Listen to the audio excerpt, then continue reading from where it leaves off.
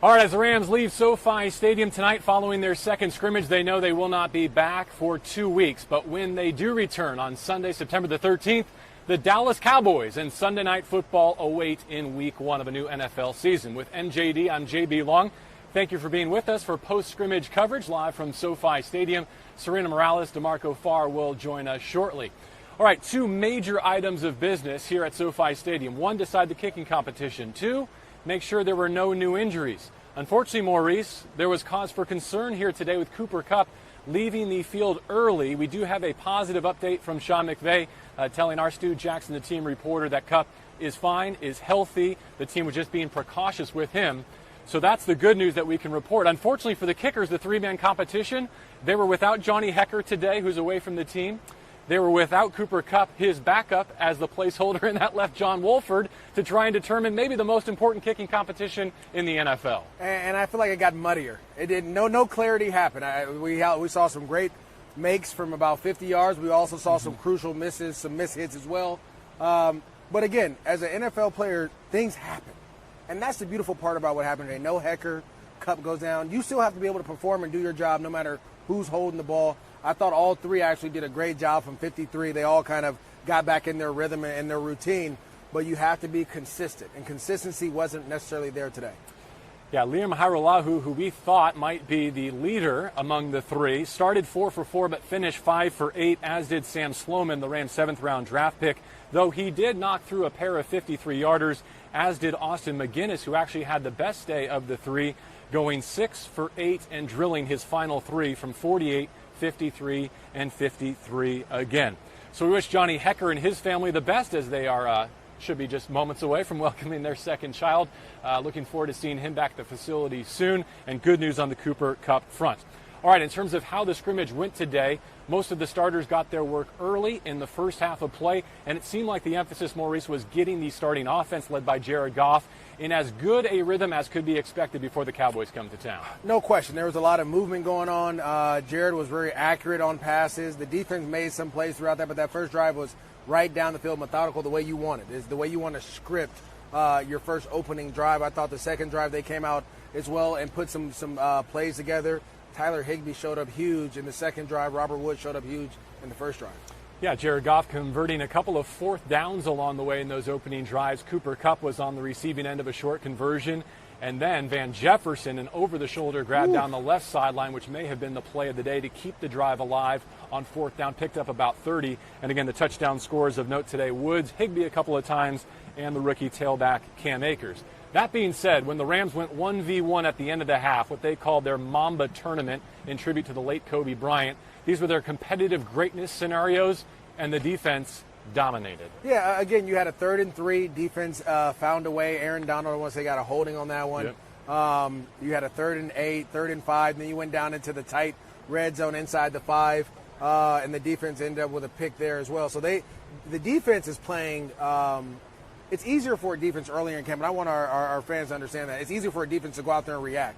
There doesn't need to be timing, chemistry, camaraderie, defense. You just got to do your job. Get to your spot, hold your gap, be where you're supposed to be in your area, your zone, or your man be on that leverage, and then you can play. Offensively, you still got to get the timing down. The offensive linemen are still working. They're learning to work together with no offseason. You're going to see that throughout the league. The defenses are going to be ahead of offenses, but as the season goes along, the offense will catch up. The defense has also been practicing against the same play structure and playbook for a month now, right? And I think you saw some of that. Along the way, we mentioned those touchdown drives for the number 1 offense for the Rams. I do want to point out that I think a few of those drives would have been disrupted much earlier by the pass rush of Leonard Floyd, the addition by way of Chicago, who worked with Brandon Staley there with the Bears. I thought today was his most impactful workout that I've seen so far during this training camp. Yeah, a lot of people around the league are just speaking with people, they're expecting him to have kind of that Dante Fowler impact. Aaron Donald's going to garner a lot of attention. His athleticism on the edge, being able to get around, beat some tackles one-on-one to get to the quarterback. They're expecting a big impact from him and Ebukam and Terrell Lewis. All right, let's use that as a transition point to bring in the 3rd member of our broadcast team on the radio side. He is your Super Bowl champion, DeMarco Far. DeMarco?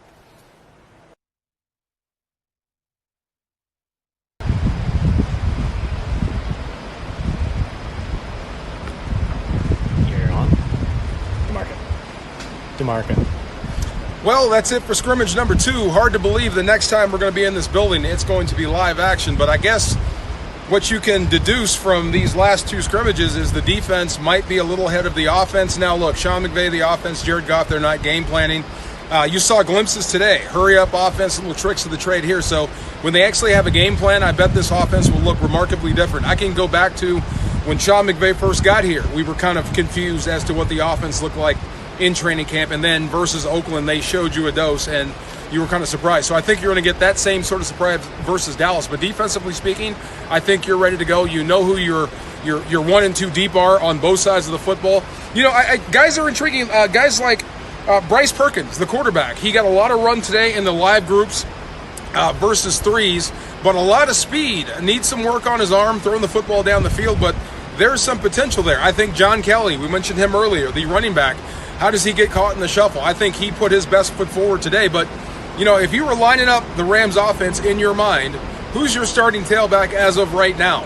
You know, I bet that answer varies from person to person, so we'll see. But the main thing is you got good work. Everyone walked in on their own steam, their own power, so no one got hurt out here, and you're on to Dallas. So good work, but like you said, it's going to be tough week 1 for everybody in the NFL going through a training camp that's kind of truncated and not involving preseason.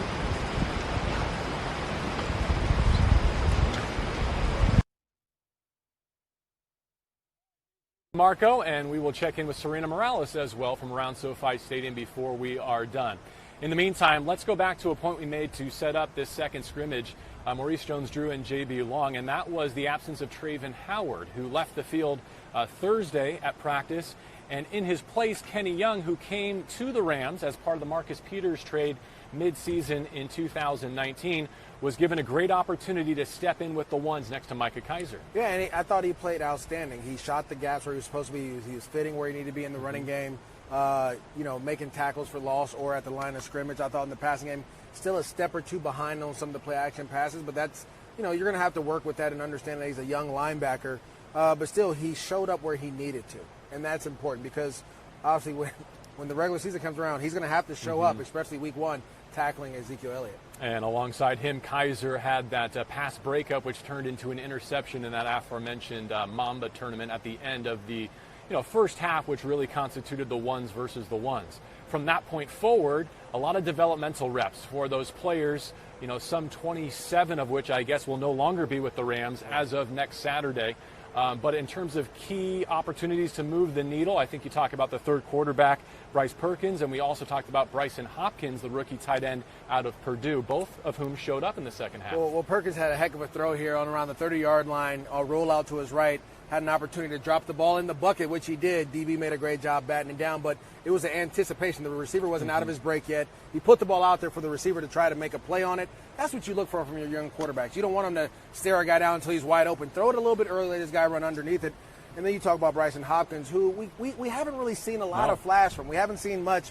But in the scrimmage versus other guys that, the guys, practice squad guys or guys or young guys that are playing, he showed up. A couple big catches, hurdled a guy, got out of bounds, showed some athleticism that we saw on tape at Purdue. So, again, you saw some bright spots. You want to see that growth to continue because, again, these guys eventually will be on this roster to help this team win a championship sometime during the season. Now, this was scheduled to be preseason game number 3 at SoFi Stadium against the Denver Broncos before a short week turnaround, a trip to Vegas to wrap up the preseason. And by that point, normally most of the critical 53-man roster decisions have already been made as they go back to their facility at Cal Lutheran in Thousand Oaks.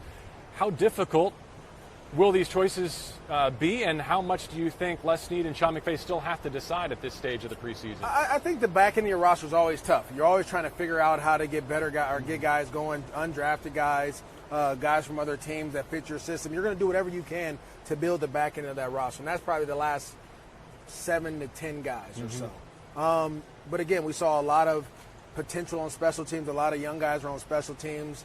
And even though you're on special teams now, again, because of the pandemic that we're in, because of the situation that we're in, if you're on practice squad or if you're not a starter, you still have a great opportunity to come back and impact this season because we don't know what may happen. So I thought the Rams did a great job of giving guys reps. Young guys are stepping up.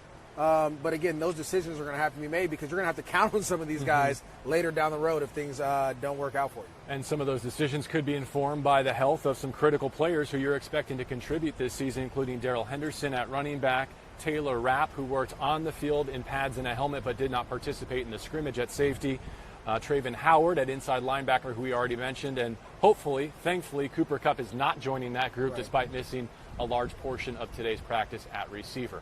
All right, as promised, let's check in with Serena Morales, who, just like we did, really enjoyed that Mamba tournament between the ones, offense and defense, at the end of the first half. Serena?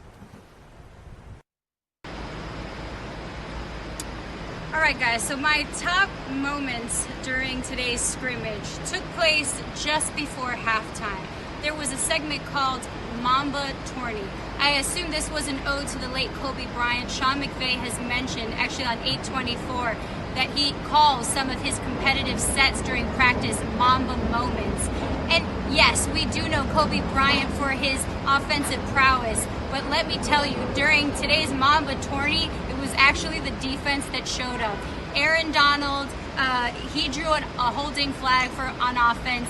Micah Kaiser deflected a pass on defense, and you had John Johnson, who caught an end zone interception right behind me. And JJ, number 43, actually gets my gold star today because after halftime, pads were off, he's hanging out, he's wearing his grills, and Sean McVay is in awe looking at the Jumbotron, this beautiful video board behind us, and he's looking at it. It was in the middle of a break, and JJ comes up and video bombs, if you will, Sean McVay, the head coach, with his grills in all its glory and caught Sean by surprise.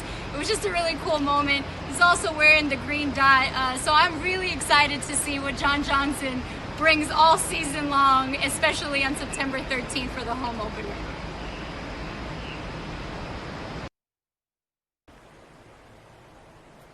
All right, thank you, Serena. Looking forward to being back here in 2 weeks with you for the Sunday Night Football opener against the Dallas Cowboys. Final thoughts from Maurice Jones-Drew. I'm JB Long. Thank you for being with us from Inglewood.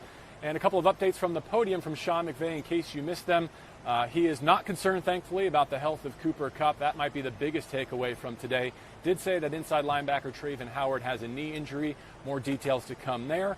You and I both thought the defense has been largely ahead of the offense. However, Sean McVay saying that much progress had been made since a week ago Saturday. Today, a crisper operation offensively. Again, I thought the offense really got the ball to their playmakers early. Robert Woods was a guy that they tried to feature. And, you know, again, last year you talk about him getting a ton of yards in between the 20s, but not really scoring touchdowns.